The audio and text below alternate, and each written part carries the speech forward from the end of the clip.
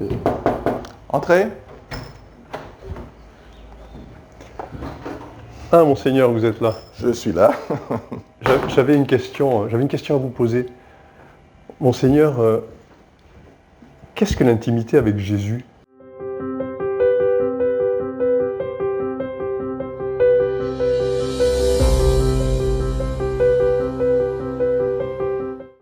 Alors, je suppose que dans votre question, il y a l'idée de comment être intime avec Jésus, comment avoir une relation d'intimité avec Jésus. C'est ça votre question ou je me Oui, trompe? c'est ça, Monseigneur. D'accord, bien. Écoutez, c'est très simple en fait. Est-ce que la plupart des gens d'entre nous, la plupart de ceux qui nous écoutent certainement, ont l'expérience de l'amitié par exemple? Ou bien pour ceux qui sont mariés, l'expérience de la vie conjugale, et donc où il y a effectivement une certaine intimité au sens où l'autre connaît tout de soi, et réciproquement, on connaît tout de l'autre. Ça c'est, les amis, ils partagent tout. Ils disent tout ce qu'ils vivent, leurs difficultés, leurs joies, leurs peines, parfois même financièrement, hein, ils s'aident, ils peuvent s'entraider quand ils passent un moment un peu difficile. Et dans les couples, évidemment, ce qui est à l'un est à l'autre. Là, il y a une intimité qui est très forte, jusqu'au corps de l'un qui appartient à l'autre. Hein. Donc, ça va très loin dans la vie conjugale. Ici, lorsqu'on parle d'intimité avec Jésus, on est dans un domaine spirituel, qui ressemble davantage à la relation d'amitié. Et d'ailleurs, dans l'Évangile, Jésus le dit, il dit je vous appelle plus serviteur, mais ami.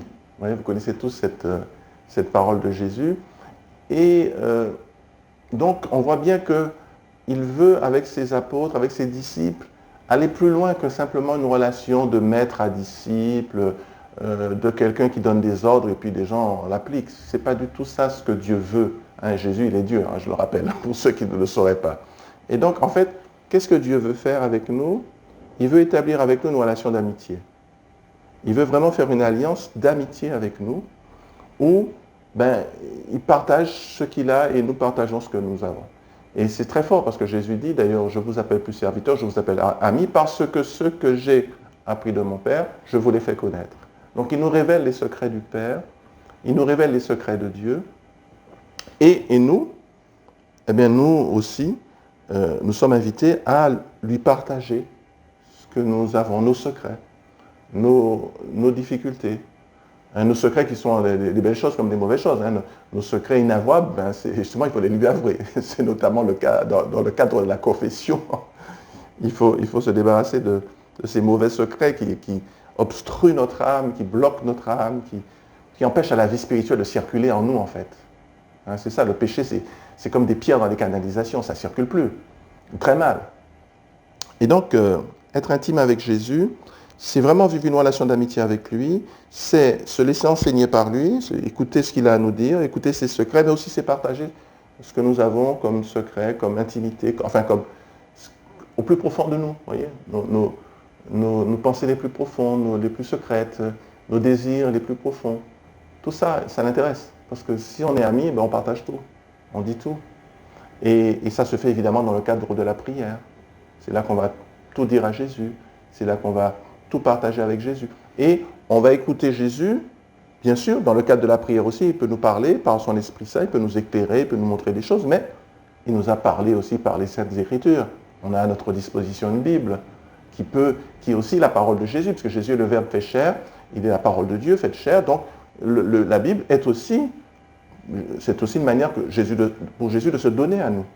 Et donc si nous lisons la Bible de façon régulière, tous les jours même, ça va nous faire grandir dans l'intimité avec Jésus. Vous voyez, donc, la parole de Dieu, la prière, l'Eucharistie, où là, il y a quelque chose qui est très puissant, parce que c'est de l'ordre du corps à corps. Hein. Je parlais tout à l'heure de l'expérience de la vie conjugale. Ce n'est pas cette expérience-là, puisqu'elle est spirituelle, elle est uniquement spirituelle, dans le cadre avec Jésus, mais il y a quelque chose où il se donne à manger, n'est-ce pas? Et donc, il donne son corps. Donc il y a là une intimité extraordinaire parce qu'il va venir habiter en toi. Et ça, même ton époux, même ton épouse, il ne peut pas tout entier habiter dans ton cœur, habiter en toi. Dieu peut habiter dans notre cœur. Le Tout-Puissant, celui qui contient toutes choses, celui qui tient toutes choses dans ses mains, les centaines de milliards et de milliards de galaxies, il peut habiter dans ton cœur. Et il voudrait que toi, tu habites aussi dans son cœur, dans son sacré cœur. Et c'est ça la véritable amitié en définitive. Et donc, l'Eucharistie, c'est un moyen, un sacrement qui va te permettre d'approfondir cette relation d'intimité parce que vraiment là, il est en toi. Et toi, à ce moment-là, tu es invité à entrer en lui. Vous voyez, tu es, comme dit Saint Augustin, deviens ce que tu reçois. C'est-à-dire, tu reçois le corps du Christ pour devenir membre du corps du Christ, pour devenir, être complètement greffé sur Jésus. Donc, être en Jésus. Au moment où il rentre en toi, tu entres en lui. Et donc là, on ne peut pas faire mieux. Et donc, ce sacrement vraiment nous met sur le chemin d'une communion parfaite avec Jésus. Et là, j'emploie le mot clé qui répond vraiment à votre question. C'est quoi vivre une intimité, l'intimité avec Jésus? Mais c'est être en communion avec Jésus. C'est-à-dire être comme un. Voilà. On a beaucoup d'obstacles dans la vie de tous les jours pour arriver à se rapprocher de lui. Ah, la prière, c'est toujours un combat. Prendre le temps pour la parole de Dieu, c'est un combat. Surtout à l'heure des réseaux sociaux, où tout le monde sait aujourd'hui, c'est pour ça qu'on voudrait l'interdire. Le président de la République a parlé d'interdire au moins de 16 ans, parce que tout le monde a compris que c'est pas seulement une drogue, c'est une drogue dure. Ça veut dire que quand vous êtes dans les réseaux sociaux, vous n'en sortez plus. Les jeunes passent jusqu'à 6 heures par jour. Donc vous pensez bien que si vous avez passé 6 heures devant des écrans, vous n'avez plus le temps pour la prière, vous n'avez plus le temps pour la parole de Dieu, vous n'avez plus le temps pour rien, même pour vos proches, même pour vos parents, pour aller visiter un malade, pour aller visiter une vieille tati, un vieux tonton, votre vieux papy, votre vieille mamie, vous n'avez plus le temps parce que ça occupe tout le champ de vos pensées, ça va vous prendre en main parce que c'est une drogue dure, vous ne pouvez plus vous en passer, même si vous voulez, vous n'arrivez pas. Donc c'est vraiment une drogue et la seule manière de s'en sortir, c'est vraiment à mon avis, c'est par la prière. D'ailleurs, on dit que pour sortir de l'alcool ou de la drogue, les alcooliques anonymes le disent, ou les narcotiques anonymes, c'est spirituel, c'est une solution spirituelle qu'il faut. Donc c'est un peu la même chose aujourd'hui pour ceux qui veulent aller vers Dieu et qui sont pris par les réseaux sociaux, il faut vraiment crier vers Dieu, Seigneur, sauve-moi, arrache-moi aux griffes des réseaux sociaux pour que j'ai du temps à te consacrer. Alors ça, c'est le principal obstacle dans le monde d'aujourd'hui.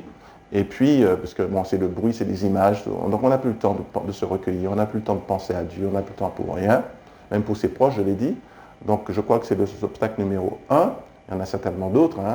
Notre péché, quand on est dans le péché, on ne veut pas parler de Jésus, on ne veut pas entendre parler de Jésus, puisque on sait qu'il n'aime pas le péché, on sait qu'il est lumière, on sait qu'il est vérité, on sait qu'il est amour, et on sait que le péché, ça va avec l'égoïsme, ça va avec... là, on est tourné vers soi. Et donc, c'est le chemin inverse.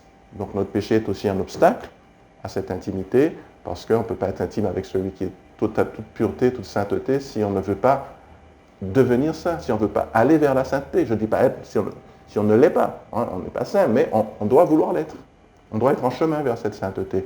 Et si on ne veut pas, eh bien, on ne peut pas aller vers Jésus, on ne peut pas être en intimité avec Jésus.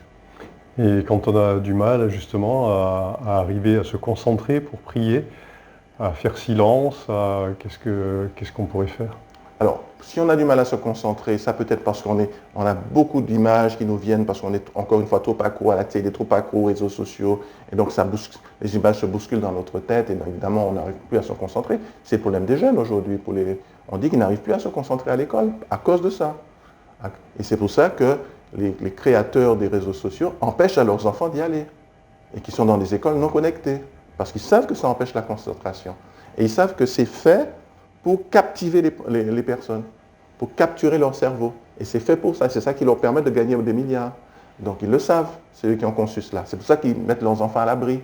Donc si on veut se concentrer, c'est encore une fois, les réseaux sociaux c'est un ennemi. Alors sinon, si on n'est pas accro aux réseaux sociaux et qu'on n'arrive pas quand même à se concentrer, eh bien, il faut apprendre c'est progressivement qu'on va pouvoir entrer dans cette intimité, dans la prière avec Jésus. Ce ne sera pas tout de suite peut-être, mais chaque fois qu'on voit que l'esprit s'égare, on le ramène sur Jésus. Il s'égare de nouveau, on le ramène patiemment. Et au fur et à mesure, le Seigneur, voyant notre bonne volonté, il va nous aider à grandir dans cette intimité avec lui, dans cette communion avec lui dans la prière. Merci beaucoup, Monseigneur. Je crois que j'ai compris. Merci beaucoup. À bientôt.